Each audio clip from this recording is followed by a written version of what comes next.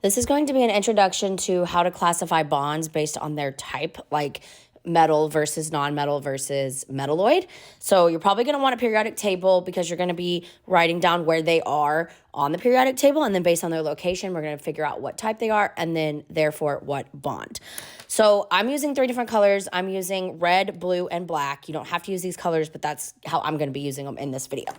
Okay, so we're going to be placing the symbol of the first element. So we have these different compounds here in its spot on the periodic table using red. So I'm going to start with the red, and I'm going to find them on the periodic table.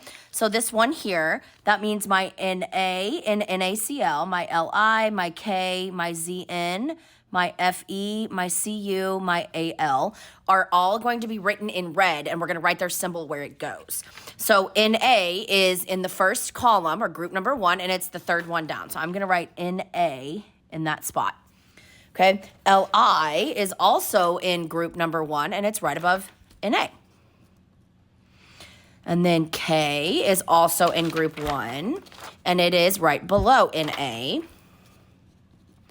And then Zn is not in group 1, okay? But Zn is over here, kind of diagonal from where the stairs are. So if this is the block, this is where Zn is. Then we have Fe. So Fe is kind of in the middle of the D block, okay? And it's 1, 2, 3, 4, 5, 6 in. So if this is my D block, I'm going to count 1, 2, 3, 4, 5, 6. So that's where Fe goes. And then I've got Cu. Cu is 1, 2, 3 away from Fe, or just right next to Zn. And then we have Al as our last one for this part.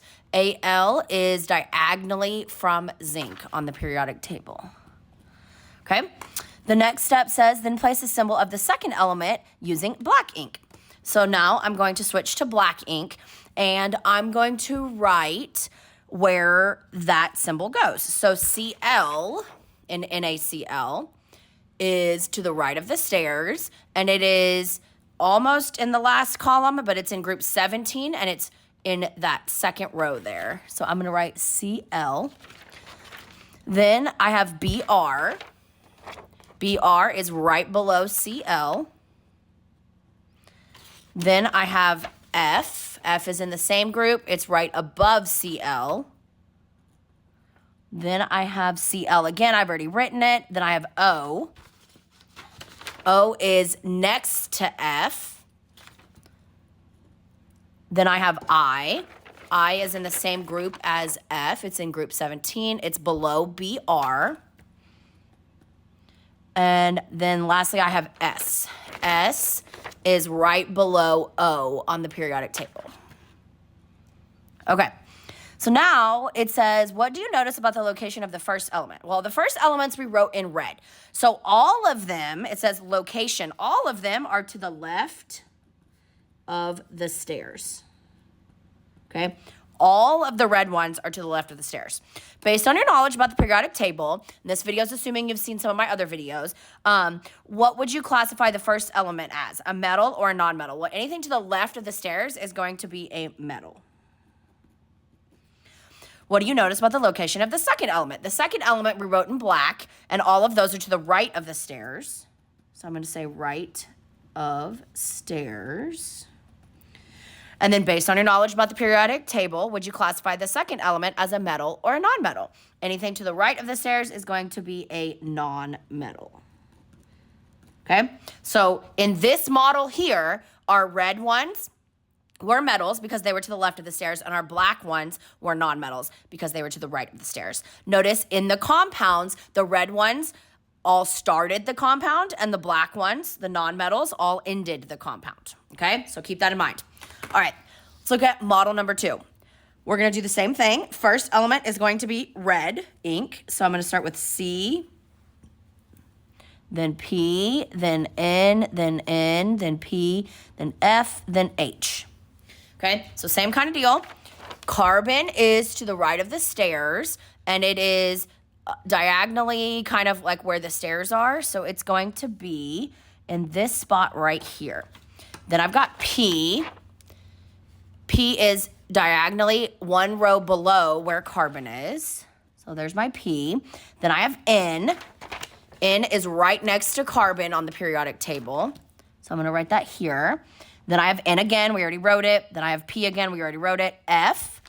F was in group 17, and it's kind of almost to the end. That's where F was. Then I have H. H is kind of the weird outlier. It is all the way over here in group number 1. Okay? Again, I'm going to switch to black.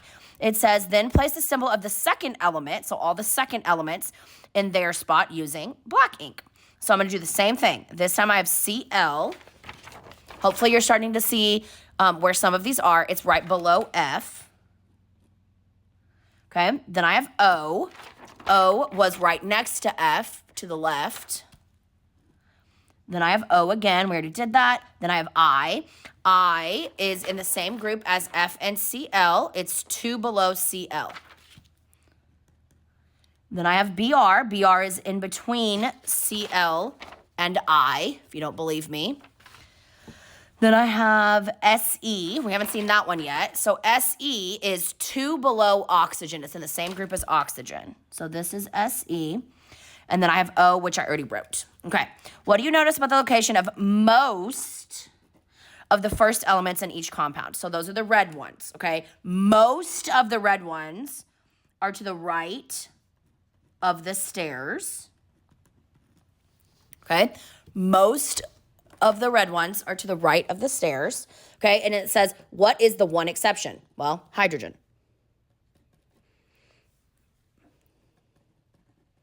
Okay? Based on your knowledge about the periodic table, would you classify the first element as a metal or a non-metal? Well, they're to the right of the stairs, so I'm going to say non-metal. And H is kind of the weird exception. H is a non-metal. It's just in group 1 because it only has one valence electron, but it is a gas. It is not one of the metals, okay? So hydrogen is our one non-metal that is to the left of the stairs. All the rest of them are to the right, okay? So keeping this same picture in mind, let's continue answering the questions. It says, what do you notice about the location of the second element? Well, the second element, they're all the black ones, and they're all to the right of the stairs.